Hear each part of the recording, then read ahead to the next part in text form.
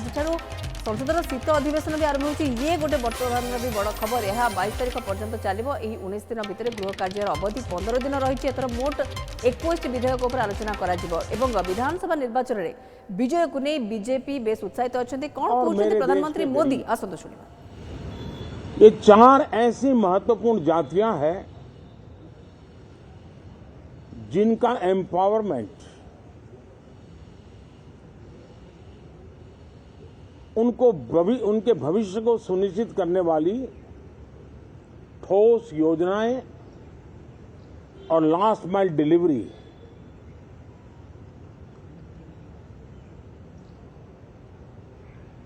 इन उसूलों को लेकर के जो चलते हैं उन्हें भरपूर समर्थन मिलता है। और जब गुड गवर्नेंस होता है, पूर्णतया जनहित के लिए समर्पण होता है, तो एंटी इनकम्बेंसी ये शब्द इरेलेवेंट हो जाता है। और हम लगातार ये देख रहे हैं, कोई इसको प्रो इनकम्बेंसी कहे, कोई इसे गुड गवर्नेंस कहे, कोई इसे ट्रांसपेरेंसी कहे, कोई उसे राष्ट्रहित की जनहित की ठोस योजनाएं कहें, लेकिन ये लगातार अनुभव आ रहा है। और इतने उत्तम जनादेश के बाद आज हम संसद के इस नए मंदिर में मिल रहे हैं। इस संसद भवन के नए परिसर का उद्घाटन हुआ, तब तो एक छोटा सा सत्र था, ऐतिहासिक निर्णय हुआ था, लेकिन इस बार लंबे समय तक इस सदन में कार्य करने का अवसर मिलेगा। नया सदन है, छोटी मोटी अभी भी शायद व्यवस्थाओं में कुछ कमियां महसूस हो सकती हैं। जब लगातार काम चलेगा, संसदों और विजिटर्स को भी, मीडिया के लोगों को भी ध्यान में आएगा कि इसको जरा अगर ठीक कर लिया जाए तो अच्छा होगा। और मुझे विश्वास है कि आदरणीय उपराष्ट्रपति जी और आदरणीय स्पीकर महोदय के नेतृत्व में उन चीजों की तरफ पूरी तरह निगरानी है। और आपसे भी मैं कहूंगा, कोई चीज ऐसी छोटी मोटी आपके ध्यान में आए तो जरूर आप ध्यान आकर्षित करना, क्योंकि ये चीजें जब बनती हैं तो आवश्यकता के अनुसार बदलाव की भी जरूरत होती है। देश ने नकारात्मकता को नकारा है।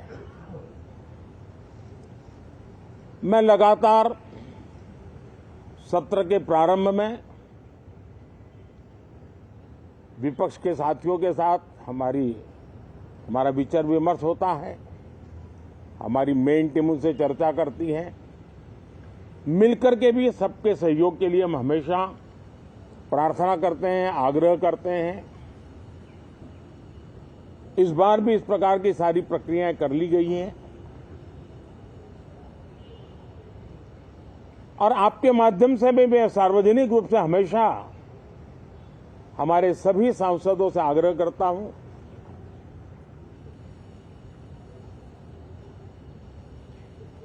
लोकतंत्र का ये मंदिर जन आकांक्षाओं के लिए, विकसित भारत की नींव को अधिक मजबूत बनाने के लिए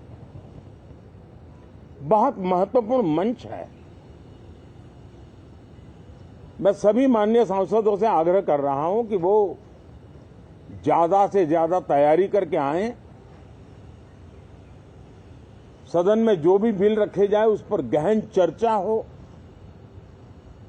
उत्तम से उत्तम सुझाव आए और उन सुझावों के द्वारा, क्योंकि जब एक सांसद सुझाव देता है तो जमीनी अनुभव का उसमें बहुत ही उत्तम तत्व होता है। लेकिन अगर चर्चा ही नहीं होती है तो देश उससे मिस करता है उन चीजों को, और इसलिए मैं फिर से आग्रह करता हूं। और अगर मैं वर्तमान चुनाव नतीजों के आधार पर कहूं तो जो विपक्ष में बैठे हुए साथी हैं, ये उनके लिए गोल्डन अपॉर्चुनिटी है। इस सत्र में पराजय का गुस्सा निकालने की योजना बनाने के बजाय इस पराजय में से सीख करके पिछले 9 साल से चलाई गई नकारात्मकता की प्रवृत्ति को छोड़ करके इस सत्र में अगर सकारात्मकता के साथ आगे बढ़ेंगे तो देश उनके तरफ देखने का दृष्टिकोण बदलेगा कि थोड़ा सा अपना रुख बदलिए, विरोध के लिए विरोध का तरीका छोड़िए, देश हित में सकारात्मक चीजों का साथ दीजिए, अच्छी उसमें जो कमियां हो उसकी डिबेट कीजिए। आप देखिए देश के मन में आज जो ऐसी कुछ बातों पर नफरत पैदा हो रही है, हो सकता है वो मोहब्बत में बदल जाए, तो मौका है, ये मौका जाने मत दीजिए। और इसलिए हर बार मैं करबद्ध प्रार्थना करता रहा हूं कि सदन में सहयोग दीजिए। आज मैं राजनीतिक दृष्टिकोण से भी कहना चाहता हूं कि आपका भी भला इसमें है कि आप देश को सकारात्मकता का संदेश दें, आपकी छवि नफरत की और नकारात्मकता की बने, वो लोकतंत्र के लिए अच्छा नहीं है। लोकतंत्र में विपक्ष भी इतना ही महत्वपूर्ण है, उतना ही मूल्यवान है और उतना ही सामर्थ्यवान भी होना चाहिए। और लोकतंत्र की भलाई के लिए मैं फिर से एक बार अपनी ये भावना को प्रकट करता हूं। 2047 अब देश विकसित होने के लक्ष्य में लंबा इंतजार करना नहीं चाहता। समाज के हर वर्ग में यह भाव पैदा हुआ है कि बस आगे बढ़ना है।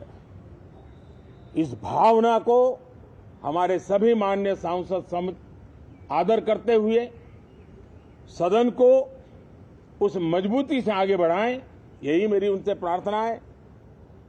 आप सबको भी साथियों मेरी बहुत बहुत शुभकामनाएं हैं। बहुत बहुत धन्यवाद।